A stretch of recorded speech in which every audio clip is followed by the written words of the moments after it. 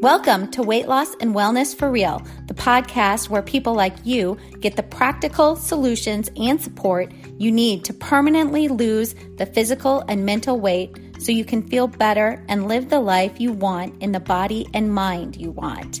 If you're looking to overcome your stress eating, overeating, binging behaviors, and move to a place of freedom with food and your body, you're in the right place. Just a reminder that this podcast represents my own opinions. The content here should not be taken as medical advice. The content here is for educational and informational purposes only. Please consult your doctor or healthcare professional for any individual medical questions you may have. I wanted to tell you about a company I recently used and that you may be interested in using as well. It is called 5 Strands, 5 the number, and then STRANDS, 5 Strands, and it is a test to learn about food intolerances, environmental intolerances, and it can give you lots of really good information on how your body is currently responding to your diet. So it can identify food or environmental intolerances, and then you can kind of temporarily remove these things from your diet and make lifestyle decisions around that in order to reduce inflammation, to feel a bit better.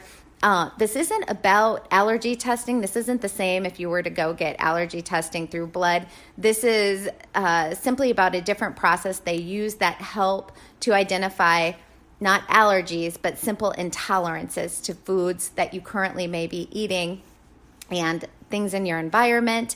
And then once you have that knowledge, the idea is you can go into an elimination diet and take all those things out at once. Versus if any of you have done an elimination diet before, when you're trying to figure out what's working for you, what's not, it may be something like you take out all dairy, you have to wait 4 weeks to see how you respond, then you take out another thing, so it's just this really long process of trying to figure those things out. This is just a really quick, simple, easy way to get that information and eliminate all those things at once.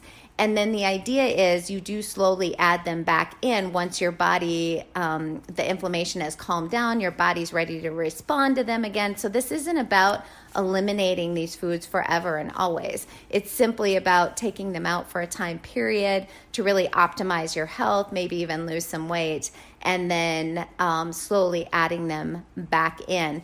And the test is so easy because you just send in some strands of hair, hence the name of the company, 5 Strands.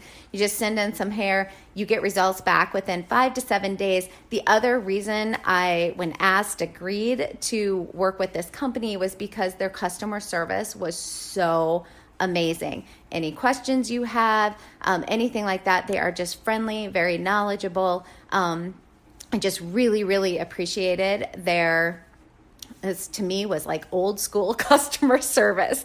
So they're a great company.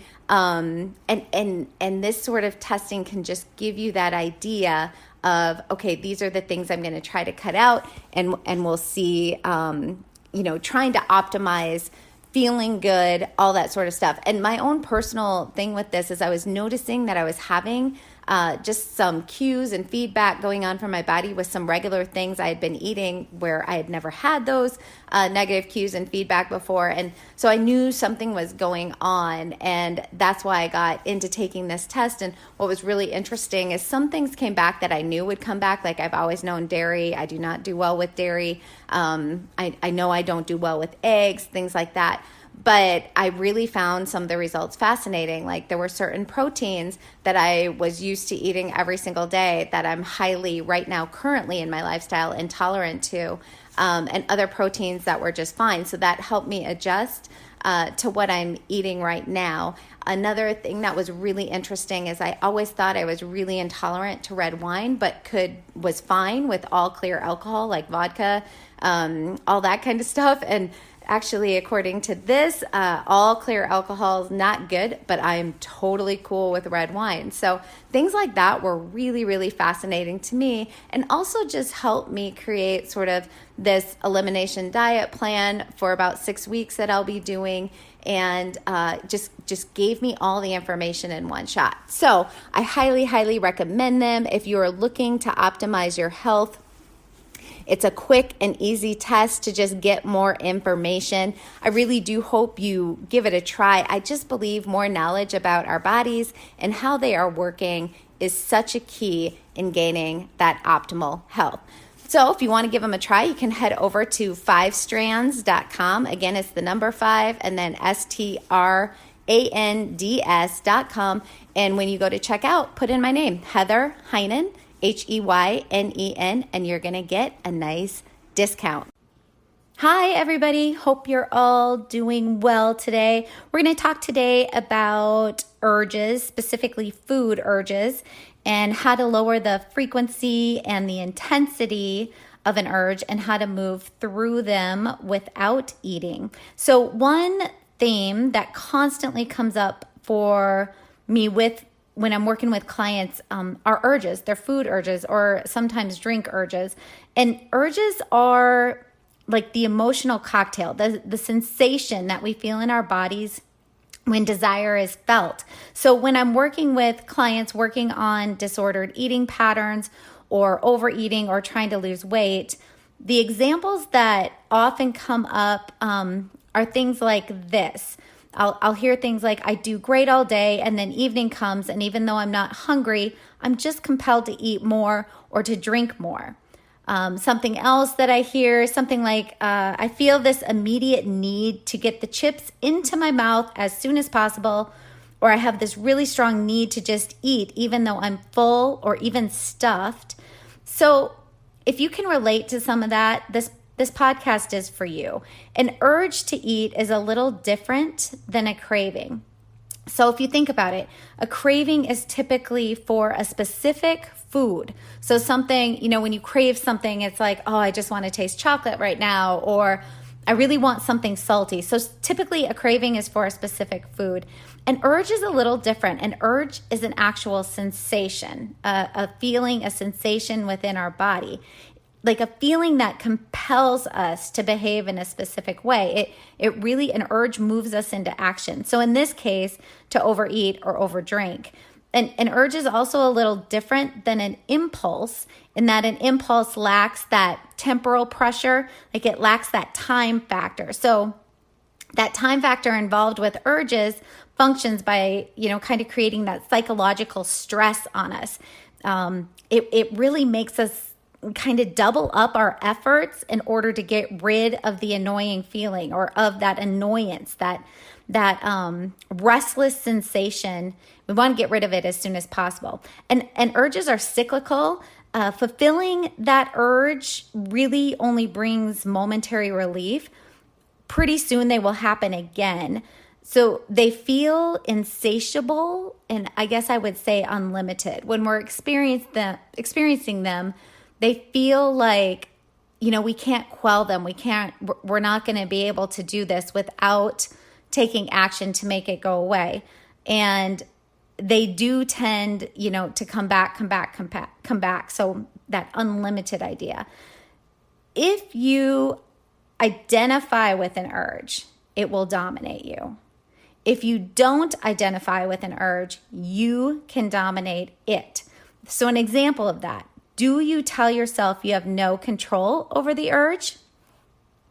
If you say things to yourself like that, I have no control over this, I'm always going to feel this, I'm going to always have to deal with this, then you are identifying with it. You're seeing it as a part of yourself. Remember that identity that we talk about, belief, identity, thoughts, feelings, behaviors. So we're looking to kind of back up from that. We do not want to identify with it. When we see it as not part of us or like a flaw in ourselves, when we can step back, watch it, recognize we can manage it, then we are not identifying with it, and we can begin to tell ourselves the truth. I do have control.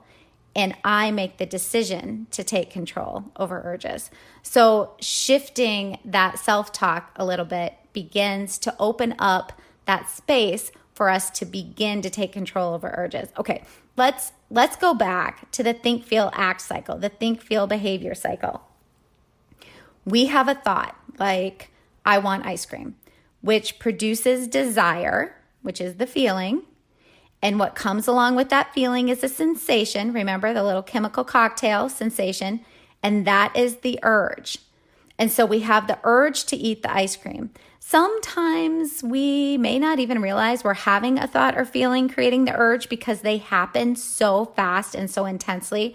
We just kind of have that angsty, restless, urgy feeling, and we just want to act to get rid of it. So a lot of times it's just unconscious even. So the urge drives us to eat, and the urge's job is to move us into action. So if you tend to overeat or binge or think about food all the time, want and desire food, or we're always, when I say food, we're also talking about drink, by the way. Many of us overeat simply because we experience the urges. Urges are so uncomfortable for so many of us, so we eat to quell the urge, to feel better, to make the urge, the uncomfortable sensations go away. We eat just to make it stop. It's important to understand that urges are a pattern or a habit of the brain. So at one time, for whatever reason, and there are many, many reasons that each person experiences, almost everyone may have a different reason for why we have this pattern of urges or this habit of the brain. But at one time, for whatever reason, you had a thought that created that desire feeling, and the brain created the urge to move you into a behavior. So in this case, we're talking about the act of eating. This act of eating then, because you performed the behavior of eating, stopped the uncomfortable urge, and there was momentary relief. And at this point, your brain realized that, when I send up that urge feeling, my human behaves by eating, and oh my goodness, that feels so good. Dopamine hits all over the place. Since that felt so good and we felt relief, if even for just a moment, I'm going to throw up more of those urges so I can feel that dopamine hit again and again. And now that habit or pattern of urges popping up every evening while you relax on the couch or because you had a stressful day, your brain knows just what to do. Produce the urge to make you eat or drink and gain momentary relaxation and relief. And so the pattern, the habit continues. So that's kind of how an urge or that urge pattern gets started. Typically, an urge only lasts about 90 seconds. Now, if you want to wait it out, the urge may come back again. That's true. But again, it will usually calm down in about 90 seconds. Urges always end. They always end. They end by either eating or waiting it out. Either way, they end. So you can eat to end it, or you can wait it out to end it. Both ways end the urge. So when we give into an urge through eating, we are going to have to work harder the next time as the habit or pattern, becomes more and more ingrained over time in our brain. So I like to think of urges like waves. Imagine waves building and building. They peak and then they subside, and they build and then they fall. Urges are just like this. If you really stop and pay attention to an urge, you will experience this. They build, they peak, and then they dissipate. They build, they get strong, and then they back off. They come and they go. Visualizing your urge as a wave can be really helpful, by the way. So our goal here is to burn through an urge, to burn it out, to sit back, to watch the wave come and go. Remember, you can make an urge end by eating or by waiting it out. Either way, it ends.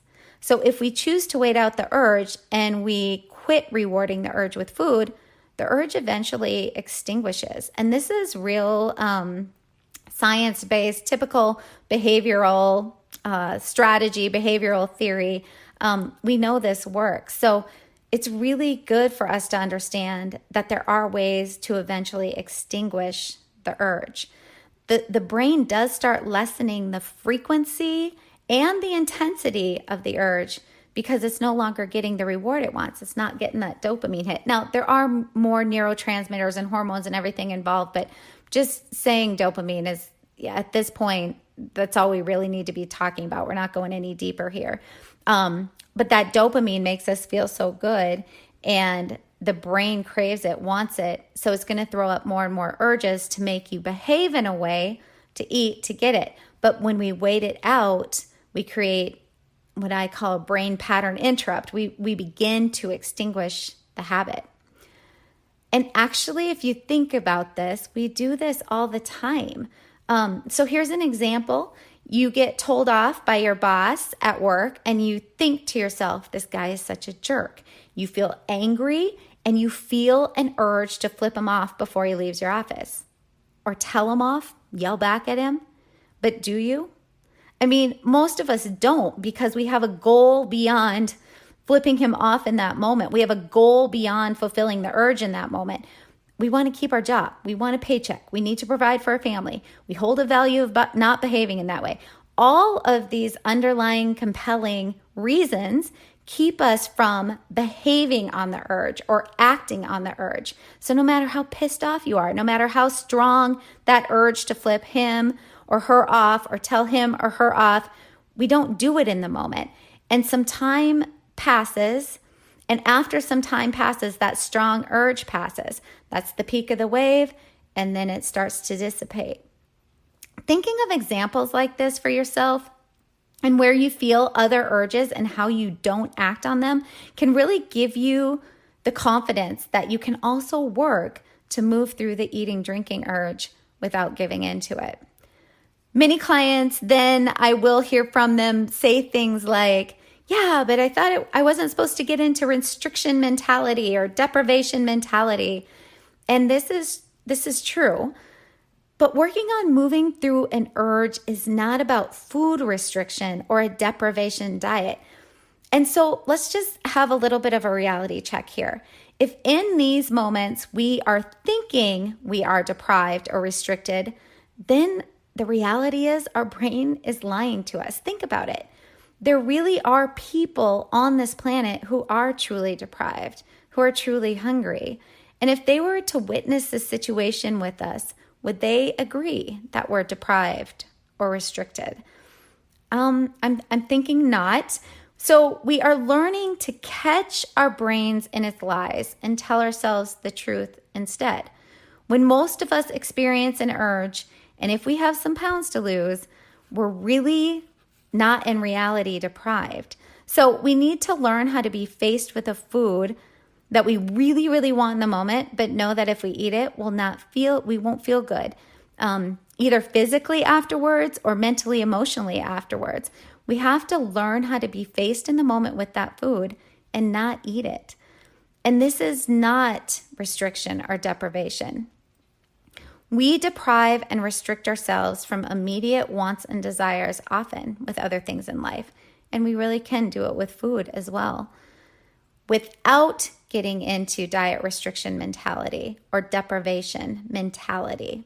So when we give in to these moments, to the urges, what we are depriving and restricting ourselves of are our goals, our pride, our self-worth, integrity with ourselves, our accomplishments. So it's not about depriving ourselves of food. In these moments when we give in, it's about depriving ourselves of our goals and dreams. When we sit through our urges, we deprive ourselves of self-loathing, shame, going behind our own backs, cheating on ourselves, depriving ourselves of being disappointed with not following through on our plan. We're depriving ourselves of weight gain. So the way I like to think about this is really choosing wisely where you want to feel deprived in life. Do you want to feel deprived from the food in the moment? Or do you want to feel deprived of your health, goals, and dreams? It really is starting to tune in to that truth talk that can be very helpful to start working through urges and therefore lessening them. Okay, so protocol for sitting through an urge, and also a practical strategy for you to work on this week. I want you to set a timer for 2 minutes. Tell yourself you'll sit through the urge for 2 minutes, and if after that you are still compelled to eat the thing, you'll eat the thing. That's why this isn't about restriction or deprivation. You can still eat the thing, but you're gonna sit for 2 minutes and feel the urge, and after that, if you still want it, you can have it. And you want to tell yourself that because you don't want to set yourself up for that deprivation, that restriction mentality. During these 2 minutes, this is the biggie, you guys. This is really, really important to make sure that this is going to work for you. During this time, you're not allowed to self-loathe or to judge yourself. And it doesn't work if you sit there and shame yourself about experiencing the urge or wanting the food.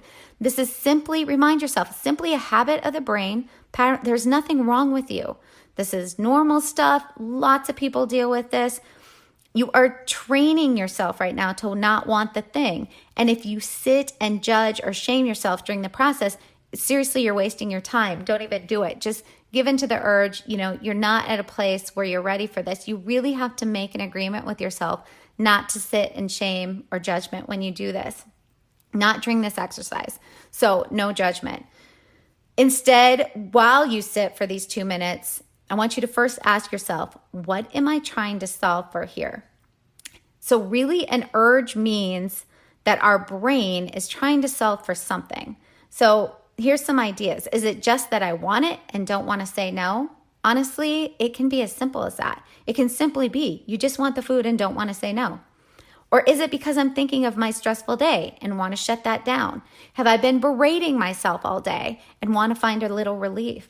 Is this urge that my brain is throwing up just solving for my habit of eating ice cream while watching Netflix? It can be as simple as that. Okay, next step, tell the truth. Speak this out loud or write it down. The only reason I will overeat is because I choose to give in to a feeling. It's not because of stress at work or maybe the argument I had with my wife or husband or child. It is because from these things, I think certain things that create the feelings and the urge. If I give in to this urge or feeling, it is because I made that decision. The only thing that causes me to overeat is me. Remember, this is done without self-judgment. This is just a simple way to give some neutral facts, to give ourselves in these moments. So speaking the truth in these moments is so important because it consciously and even subconsciously gives us all the control. When we speak the truth to ourselves, I make this decision. Whether I just decide to eat or not, it is my decision. It gives us all the control, the power. We have a sense of empowerment. It teaches our brain we are in control and we make decisions for us. And whether we choose to eat the food or not, we still want to give ourselves that sense of empowerment. I am in control. I make the decisions. Because what you will find is over time, when you truth talk like that to yourself, you will experience less urges, less frequency in them, less intensity in them, because you're kind of reprogramming your brain, teaching it, I'm the one in control. I make the decisions. So it's really important to tell ourselves the truth. And finally, in these 2 minutes, write out, or you can memorize 1 or 2 things you're going to say to yourself to keep you in the mindset you want to get into in order to hit your goals. So maybe something like, when I say no to this urge, I get to say yes to feeling amazing later. I get to say yes to my goals of weight loss. I get to say yes to self-love and authenticity and pride. When I ride out this urge, I am going to feel energetic. I will feel proud of myself, and I'm that much closer to my weight loss goal. So following this protocol, taking the 2 minutes, telling the truth, asking yourself, what is this solving for? And finally, writing out the sentences or telling yourself the sentences you've memorized. What that really does is help give you some space, again, between, we talked about this in the last episode, between the urge and the behavior. And here's the thing, following this protocol, it's not going to work all the time or immediately. This again, this is over and over and over. You guys are sick of hearing this, I'm sure, but the truth is this is a practice. This is a daily practice. You may still eat or drink to quell the urge, and that is okay. That's okay. But the more you employ something like this during an urge, the less you will do it. You will find that the more you do this, the less your brain conjures up the urge feeling in the first place. And you're going to find feeling the urge and moving through it gets easier and easier. So the intensity lessens. There is so much freedom that comes from this practice. And it really is worth it. It really is worth it to get to experience that food freedom, that feeling of authenticity and pride in yourself. And even when you do give into the urge, there may be a little disappointment there, but the practice of this helps you move into not shaming yourself and not going into self-judgment. And we know when we shame and self-judge, typically then we're having more urges to overeat and eat all the things. So this practice, whether you eat or don't eat through an urge, the practice of sitting through it for 2 minutes and doing this thing, either way, whatever the outcome, really does help you in the long run lessen the urges in intensity and frequency. Remember, our brain argues for the habits it has. So it's going to put up a fight to keep the habits it already has.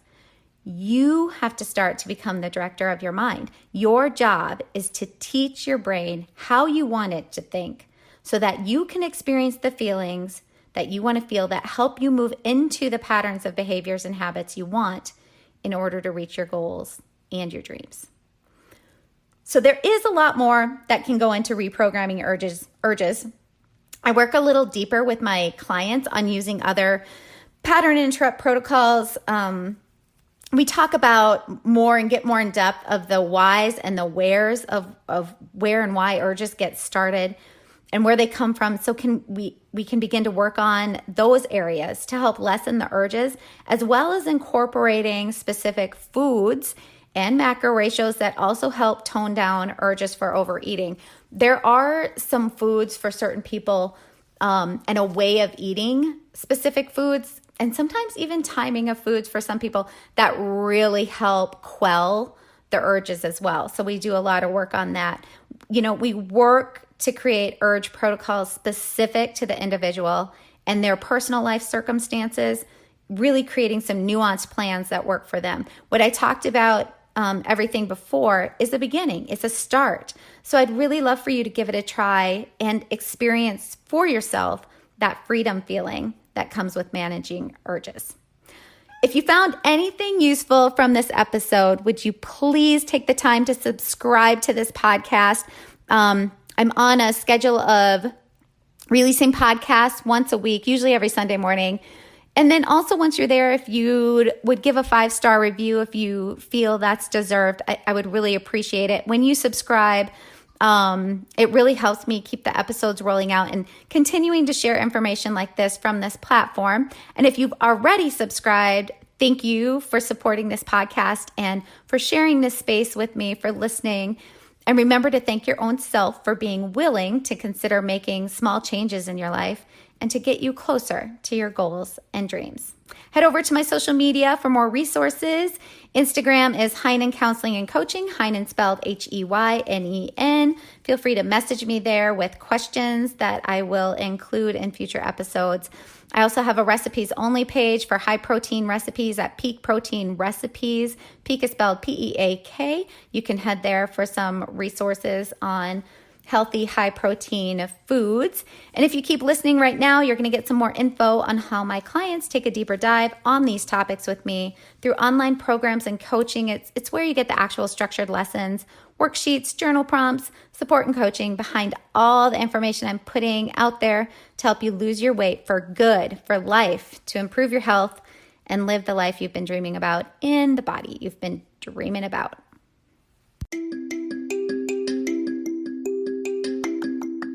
Did you know you can find a lot more help from me on my website? go to heatherheynen.com. Heynen is spelled Heynen, and get in touch with questions on all things I offer, like online courses for overeating, weight loss, goal attainment, and also my coaching and counseling services.